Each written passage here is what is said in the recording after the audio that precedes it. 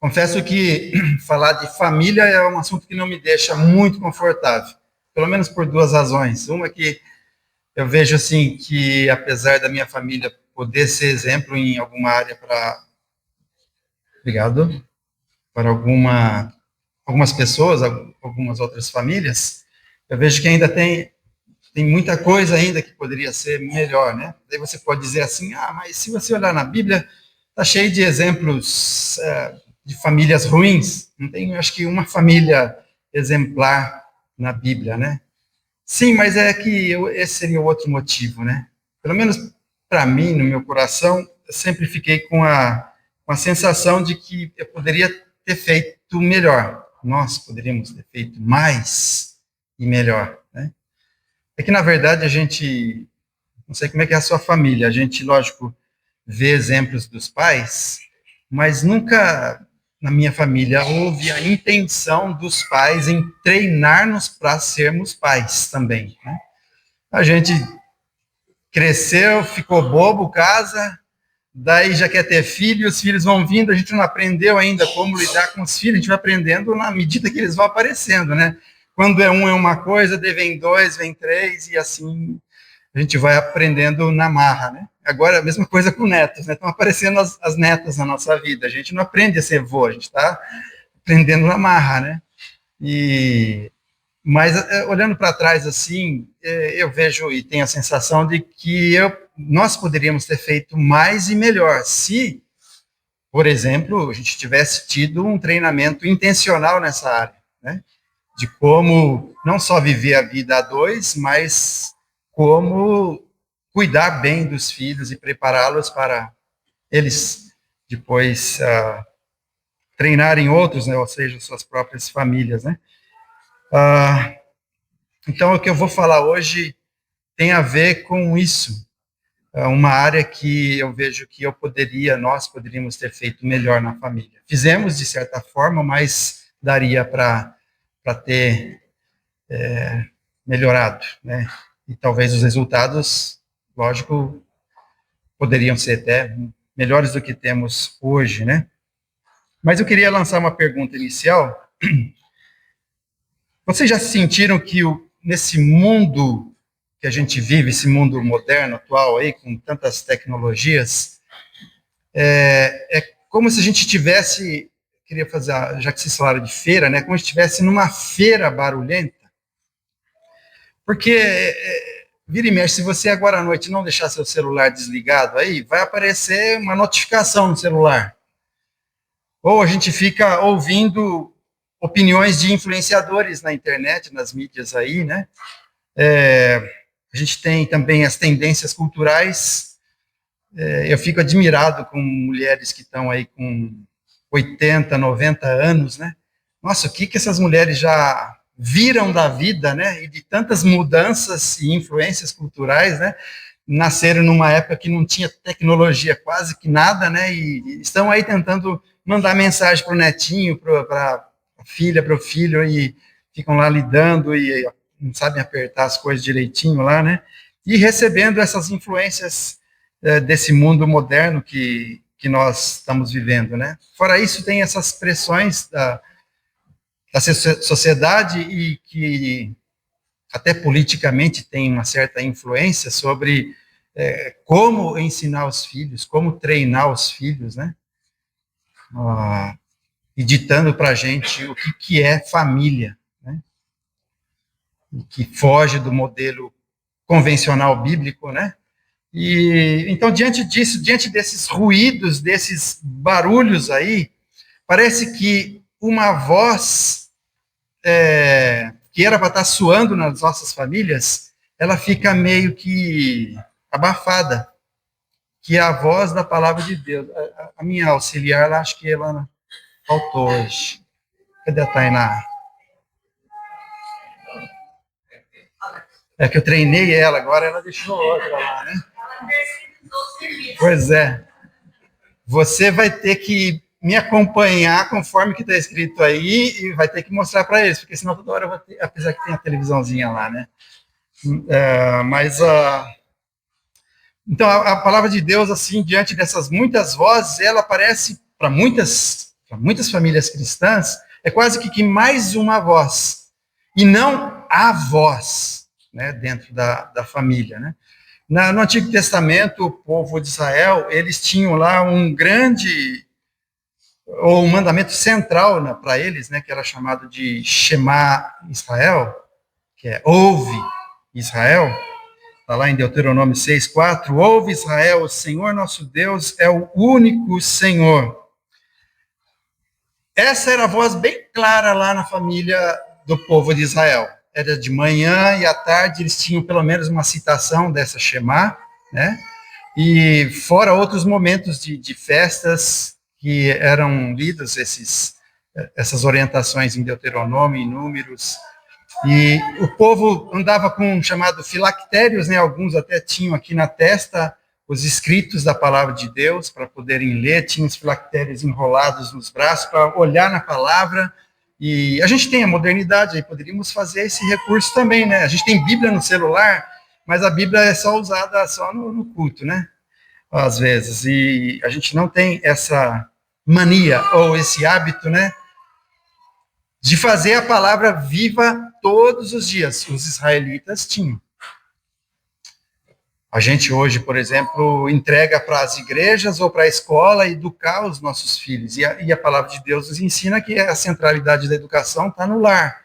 E eles faziam isso ao deitar-se, ao se levantar, ao andar pelo caminho. Então, era em todo momento, era razão, era motivo para eles se lembrarem da palavra de Deus. Então, a palavra de Deus era a voz, né? Eu mencionei a cultura que a gente está, o momento que a gente vive, muitas vozes falando, muitas coisas. E a gente está perdendo essa centralidade da palavra de Deus como a voz verdadeira que vai fazer diferença para nós. E então vem outra pergunta, né? Mas será que, de fato, a gente acredita, no momento que a gente vive agora, que a Bíblia é suficiente para nós em todas as áreas? Tanta coisa que a gente está ouvindo, a gente de fato acredita que ela é suficiente? A gente vai tomar como base o texto de 2 Timóteo 3, 16 a 17. Bom, como eu devo estar sendo o terceiro a estar falando para a família, né? Não sei o que os demais falaram anteriormente, mas espero acrescentar alguma coisa, né? Esse texto aqui, ele nos apresenta a Bíblia não como um livro de dar opiniões, dar algum palpite para nós, né? Mas, pelo contrário, a Bíblia é apresentada como a ferramenta de Deus para nos nortear, para nós nos dependermos dela, acharmos não, entendemos que ela é, de fato, suficiente para transformar a nossa vida e a vida da nossa família. Envolve, então, a educação de filhos, nós agora educando as netinhas, né, que virão, tá? Tem mais uma netinha para nascer agora, nesse final de mês, né?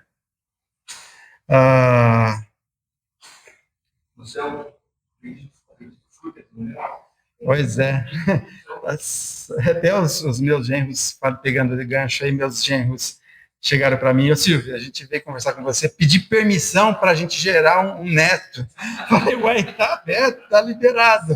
E, aliás, depende de vocês, né? Então façam bem a serviço que pode vir aí netos, né? Mas por enquanto só tem mulherada lá, né? Tem o meu cachorro, mas é um cachorro castrado. Se você olhar a parte de trás, você fala assim, é uma fêmea, daí tem que olhar meio que de lado para entender que é um cachorro, né? É um eunuco. Mas vamos lá, então, o primeiro ponto que eu queria chamar a atenção aqui nesse texto, aliás, vamos lê-lo antes, né, versículos 16 e 17 de 2 Timóteo 3, é um texto que vocês já leem há muito tempo, né? Toda a Escritura é inspirada por Deus e útil para o ensino, para a repreensão, para a correção, para a educação na justiça, a fim de que o homem de Deus seja perfeito e perfeitamente habilitado para toda boa obra. Eu queria começar, então, primeiramente, com a ideia de que toda a Escritura é inspirada por Deus, ou seja, não é qualquer Escritura, talvez melhor poderíamos dizer, toda a Escritura que é inspirada por Deus fica mais seletiva, né? E nós entendemos que são os 66 livros que nós temos na nossa Bíblia, né?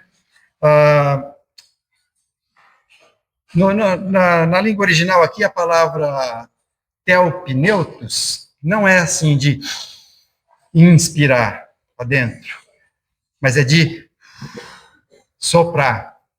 Então, toda a Bíblia que é divinamente soprada, ou soprada por Deus. Essa é a ideia, né? Se a gente ganhar isso, ganhar esse conceito aqui, vai mudar tudo. Por isso que daí a Bíblia não vai ser um livro apenas de opinião, um livro apenas de dar algumas ideias. Se ela, de fato, é soprada por Deus, e nós entendemos assim, dessa maneira, a gente vai, então, aceitá-la como aquela que vai nos orientar em tudo. Não, a gente não vai entender como um livro que é simplesmente conceitos humanos que estão ali. E isso pode deixar nesse ponto aí para eles. Obrigado. Mas ela é o fôlego de Deus, é Deus soprando. Ninguém caiu, então, na igreja pentecostal, né? Se fosse pentecostal, já estava caindo. Eu não tenho poder para isso. Mas ela se encarrega toda a autoridade de Deus. Pensa nisso. Ela é a palavra de Deus e ela carrega a autoridade de Deus em tudo que está escrito. Mas nem sempre a gente aceita como autoridade de Deus. Fato é que a gente toma decisões na vida, decisões grandes ou pequenas, sei lá, e nem sempre a gente está consultando a palavra de Deus. Às vezes a gente faz oração, conversa com Deus. Deus, precisando de uma orientação nisso, naquilo e tal. Mas a gente não vai para a palavra para então buscar a orientação. E nem é para ir para a palavra também naquela caixinha de... Como é que é? Isso, né? Que ali está selecionados os melhores versículos, talvez, alguma coisa assim, né? Mas é a gente, de uma forma bem sábia, madura, saber onde estão os determinados assuntos na Bíblia, e então eu vou agora, na palavra de Deus, buscar a orientação para esse problema que eu estou enfrentando, porque eu sei que lá em determinado texto, capítulo, versículo, lá fala sobre isso. E a gente conscientemente vai lá e busca a orientação de Deus para a gente se nortear. Então, a suficiência da Bíblia, ela nasce dessa origem, é Deus soprando aquilo que Ele quer para nós. Deus não está nos deixando num labirinto para a gente viver aqui e sem um mapinha para a gente seguir. Agora vira para a direita, vira para a esquerda. E Ele deixou conscientemente, de forma muito sábia e bem distribuída, de Gênesis a Apocalipse, toda o norte, toda a orientação que a gente precisa para viver a vida. Pense comigo aí, por que a gente busca respostas para crises conjugais? Não sei se você busca, mas muita gente busca em fóruns de internet, em pessoas ou em coisas que não foram sopradas por Deus, e a gente vai buscar orientação, opinião sobre os problemas que a gente tem. Por que a gente confia nos métodos pedagógicos de treinamento de filhos, né? Tem crentes que assumem a orientação pedagógica de não disciplinar filho com vara, por exemplo. Não, o negócio hoje em dia é conversar com o filho. Gente, se foi Deus que soprou, é o desejo dele, é a orientação mais sadia e mais correta para se fazer com os nossos filhos. Lógico, vai ter que ter dosagem de amor, carinho, mas com a intenção de extirpar o mal que tem no coração dos nossos filhos, né? E a palavra de Deus orienta assim. Por que tem crentes que, então, não atentam para isso? Para isso no sentido, assim, de não usar a Bíblia de forma literal naquilo que ela está bem clara para se fazer. Não sei se tem que colocar mais algum... Isso. Ah, por exemplo, se eu perguntar aqui pro Fábio, Fábio, você acredita que o seu time hoje, se ele pegar o Flamengo, ele ganha de 3-0?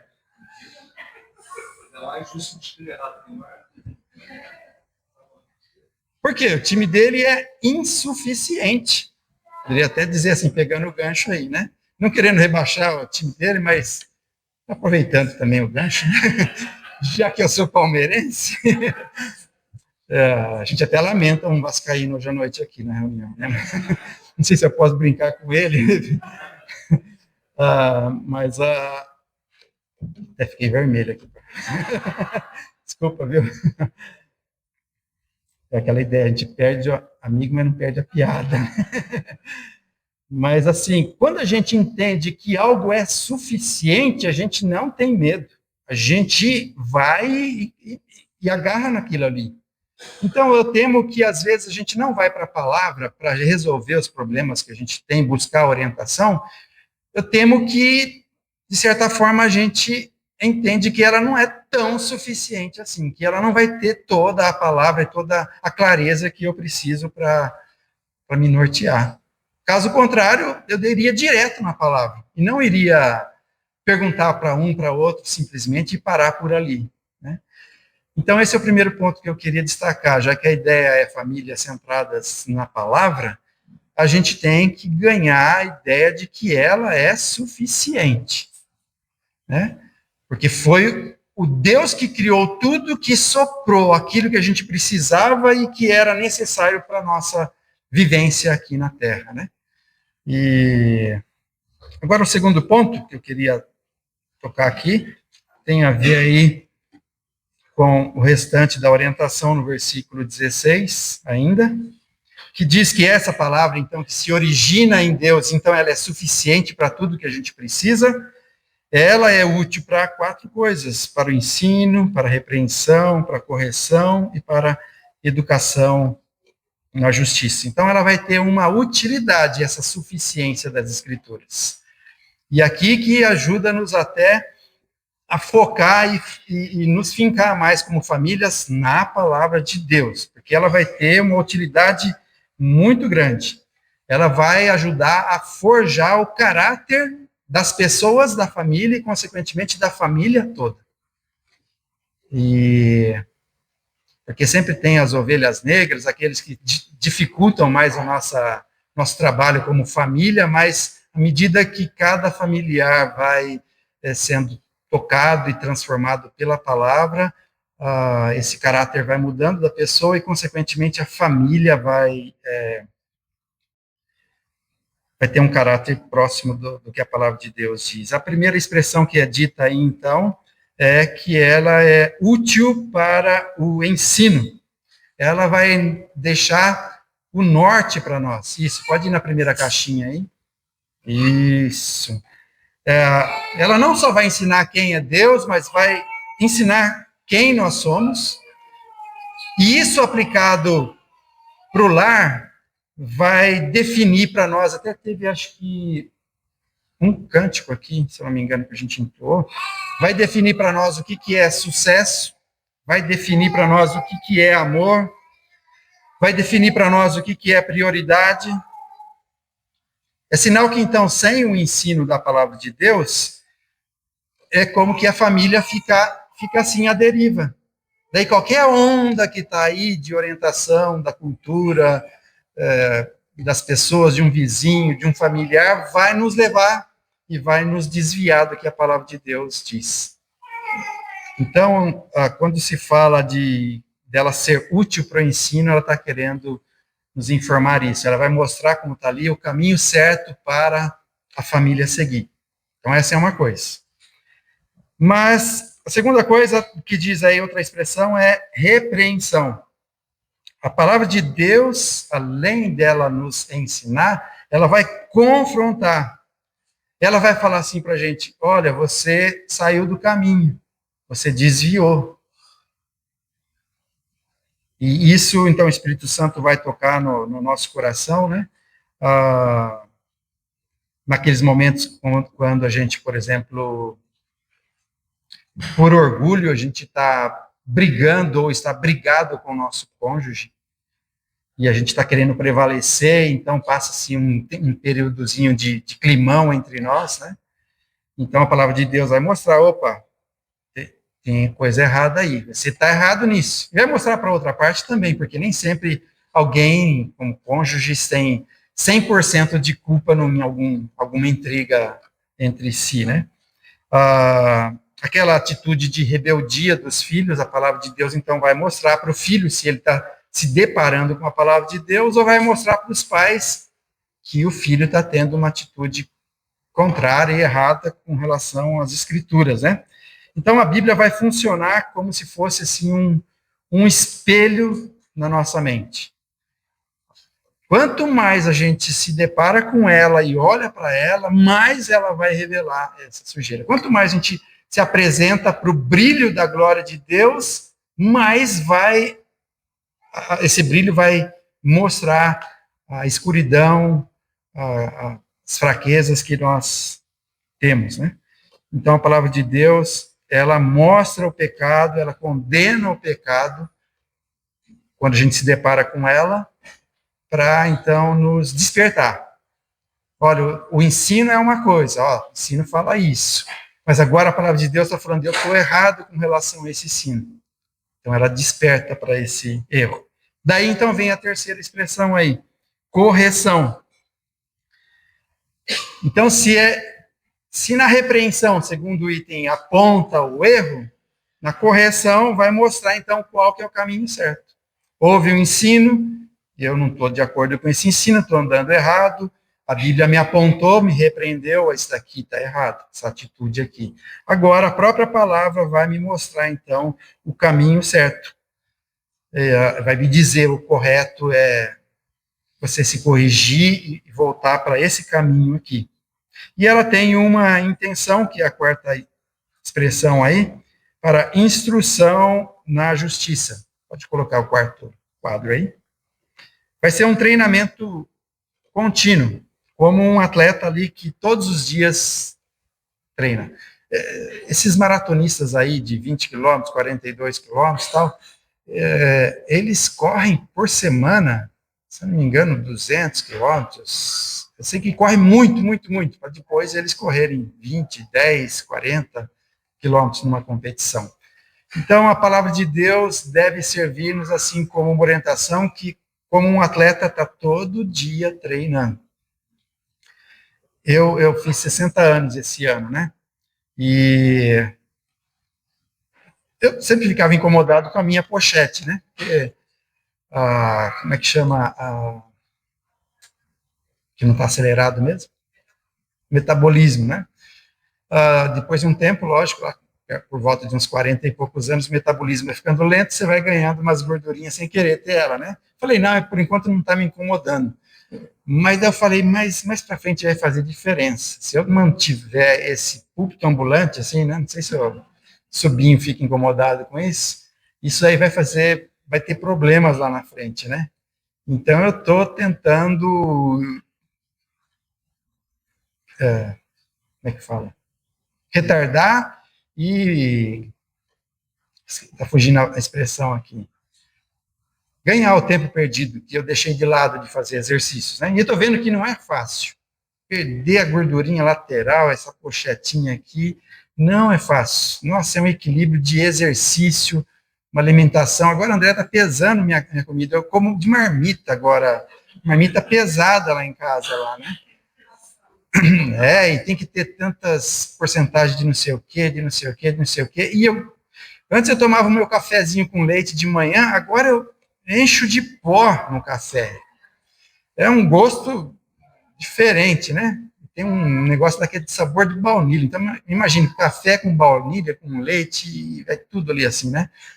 E está fazendo diferença. Aí eu estou indo pelo menos 3 vezes na academia, né? E está fazendo diferença. Isso para o ego, assim, da gente é estimulador, né? E eu sei que ainda tem muito para queimar, mas, assim, a palavra de Deus deve nos servir-nos para isso, para a gente todo dia se lembrar, eu tenho que treinar. E tem que ter dieta, tem que ter disciplina. Se eu não fizer isso, não vai acontecer. Esse calozinho aqui não sai assim, do mesmo jeito que demorou anos para ele se instalar, agora demora anos para sair, né? Eu não tenho o metabolismo da Paula. A Paula sempre foi fininha, né? Apesar que tem falsas magras. Não sei em qual que a Paula se encaixa aí, né? Mas a, mas a palavra de Deus, ela vai ser esse educador diário para nós. A gente tem que se lembrar disso e tem que levar a sério isso e usar a palavra de Deus para treinar todos os dias. Não treinar só aqui no domingo, mas nos exercitarmos diariamente. Tem uma frase que eu coloquei do Moody, que eu fiz um complemento em cor diferente ali embaixo. Ele disse: a Bíblia não foi dada para aumentar nosso conhecimento, mas para mudar nossas vidas. E eu acrescentei aí, e estruturar também os nossos lares, né? Então, a palavra de Deus, eu sei que tem muitas igrejas que fazem concursos de escola dominical, e quando eu era pequeno, eu ia muito para acampamento, porque eu ganhava os concursos, né? Chegava final de ano lá, ganhava presentes e ainda ganhava acampamento de verão lá no Betel de graça, né? Não sei se os outros eram ruins, mas eu sempre ganhava em primeiro, então daí eu ia para o acampamento. E a gente acaba decorando e sabendo quem é mãe, pai de quem viveu em tal época, tal, mas a Bíblia não é só para isso, né? O foco é muito mais profundo, né? Nos transformar, até que a gente chegue à semelhança de Jesus Cristo, né? Que é a perfeita varonilidade, o modelo que a gente deve ter de padrão. Então, se você não está, assim como eu não estive contente com o meu corpo, né? E estou fazendo alguma coisa para mudar, espero que você não esteja contente com o seu estado de vida cristã agora. Porque o padrão é elevado, o padrão é alto. Então, precisa de exercício, e de exercício muito profundo, né? Inclusive, até estou aprendendo que tem determinados exercícios em academia que você pode até estar fazendo lá, puxando e tal, mas se você não faz com a postura correta, com a concentração no músculo que você está querendo exercitar corretamente, que envolve até a respiração correta, você vai ficar lá, igual um tonto lá puxando ferro, e não vai fazer tanta diferença, como aquele que às vezes faz de forma até mais lenta, mas ele está ali com a mente concentrada. Estou sentindo, estou com a postura correta, estou sentindo qual músculo que está sendo mexido aqui, a minha respiração está contribuindo, porque tem, por exemplo, exercício lá, eu nem tinha planejado falar de academia, mas estou lembrando aqui, né? Tem academia lá que se você, por exemplo, recolhe a perna lá em determinado aparelho lá assim, você fica parecendo um sapo. Já viu um sapo que você não faz a respiração direito, o sapo dá aquela enchida aqui na barriga, assim, né? Se você não faz a respiração direita e na concentração do músculo ali, você fica igual um sapo, né? A perna está recolhendo e a barriga está expandindo para o lado ali, assim, né? Mas, enfim, não é fácil levar uma vida a sério, com a centralidade da palavra de Deus, e fazendo o exercício que ela pede, ou seja, de ouvir, praticar, porque aquele Shema dos judeus, a palavra lá implica em ouvir para obedecer, o Shema, né? Então, se a gente não levar a sério isso, a gente vai viver a vida de crente medíocre. É legal, estou indo para a igreja, cumpro o meu papel, né, piquei meu cartão na igreja, agora a semana eu vou levando do jeito que eu sempre venho levando. Tem que fazer alguma diferença a palavra de Deus, e ela começa pela suficiência, né?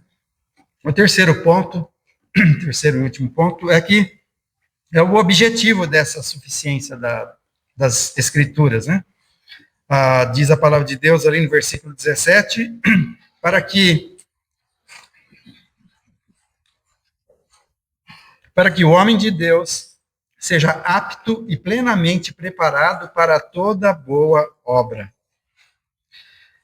Então, o objetivo da palavra de Deus é nos tornar aptos, pessoas preparadas, pessoas que adquiriram a tendência para fazer a ação correta, naquilo que as situações da vida nos apresentam, né? Então, devidamente preparado, por exemplo, para quando tiver crise financeira, eu aprender que não, eu tenho que confiar. Deus está no controle de todas as coisas. Uma das coisas é aprender a confiar. Outra coisa aí é saber que eu tenho que ser um bom mordomo.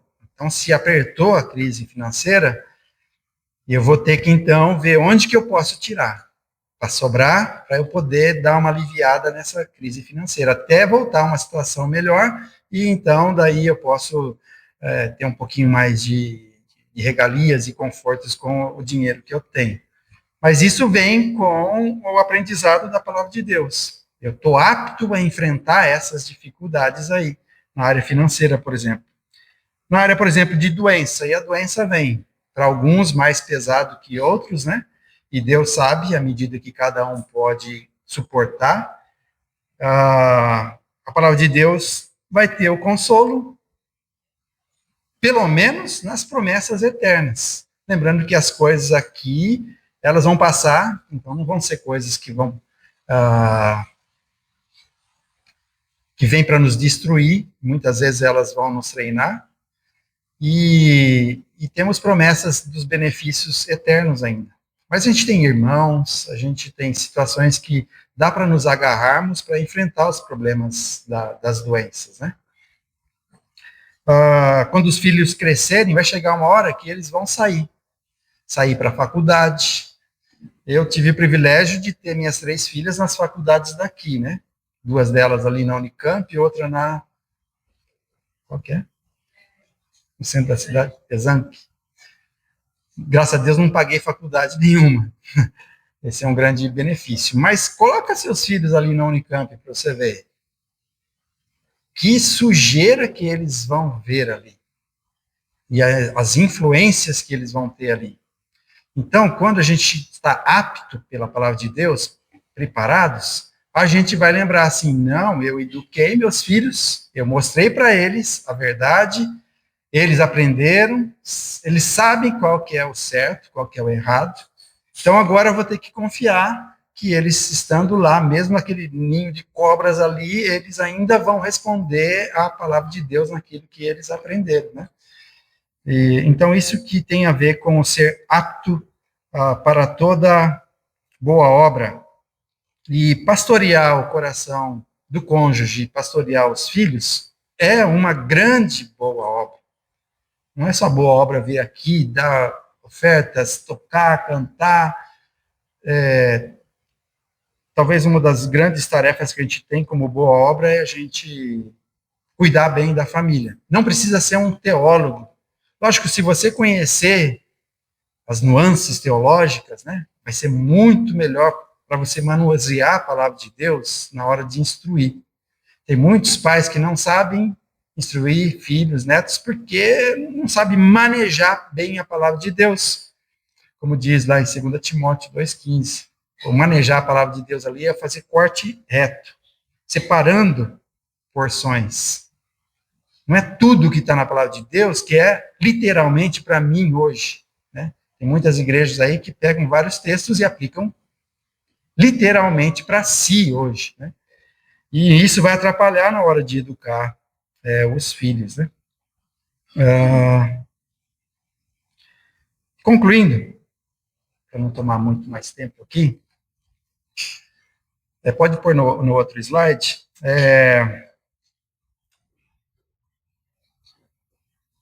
Eu queria deixar alguma coisa assim para ser prático. Pode colocar o outro slide. Isso. Porque todo ensino deve levar-nos a uma praticidade, porque senão a gente está abortando o ensino, né? Então, diante de tudo isso que eu estou mencionando aqui, que já falei para mim, que eu falei que é uma deficiência que eu deveria ter corrigido lá atrás, e minha família poderia ser muito melhor, eu queria deixar aqui, como se fosse a ideia da Shema lá dos israelitas, né? Estabelecer uma Shema nos nossos lares, né?